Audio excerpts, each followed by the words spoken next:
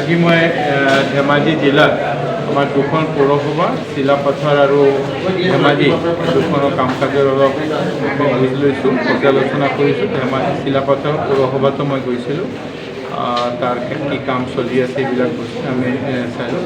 ইয়াতেও আমি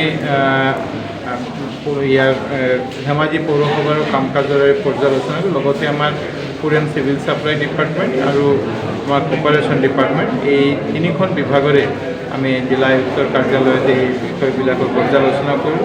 বিশেষকৈ আমাৰ অহা 10 তাৰিখৰ পৰা আকৌ আমি মচুৰ দালি আৰু চেনি আমি আৰম্ভ কৰিবলৈ গৈ আছোঁ।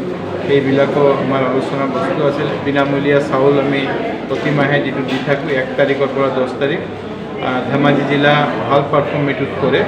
আমি আজিলৈকে তেওঁলোকে এই মাহত যিটো পাৰফৰ্মেঞ্চ আজি দুপৰীয়ালৈকে তেওঁলোকে অলমষ্ট 80% ক্ৰছ কৰিছে, 90% ক্ৰছ কৰিছে। ষ্টেটৰ 3rd পজিশ্যনত আছে। লগতে মই এখন PPCত গৈছিলোঁ, ধান ক্ৰয় কেন্দ্ৰ, আমাৰ এখন সমবায়তো গৈছিলোঁ। লগতে আমাৰ এখন সুলভ মূল্য দোকানত আমি গৈ তেওঁলোকে কেনেকৈ ডিষ্ট্ৰিবিউশ্যন কৰি আছে এই বিষয়বোৰ আমি নিৰীক্ষণ কৰিছোঁ। আমাৰ চেষ্টা হ'ল যে মুখ্যমন্ত্ৰী ডক্টৰ হিমন্ত বিশ্ব শৰ্মা ডাঙৰীয়াৰ নেতৃত্বত আমি এই বিভাগকেইটাত যাতে আমি অলপ ভালকৈ কাম কৰিব পাৰোঁ এই চেষ্টা কৰি আছোঁ।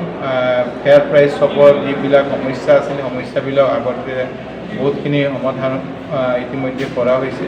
আমি প্ৰতি মাহে 1 তাৰিখৰ পৰা 10 তাৰিখ যাতে স্বচ্ছভাৱে সকলোৱে বিনামূলীয়া চাউল পায় অন্ন সেৱা দিনৰ জৰিয়তে, আৰু অহা এই মাহতে আমি 10 তাৰিখৰ পৰা 19 তাৰিখ চেনি আৰু দালিটো ডিষ্ট্ৰিবিউট কৰিম।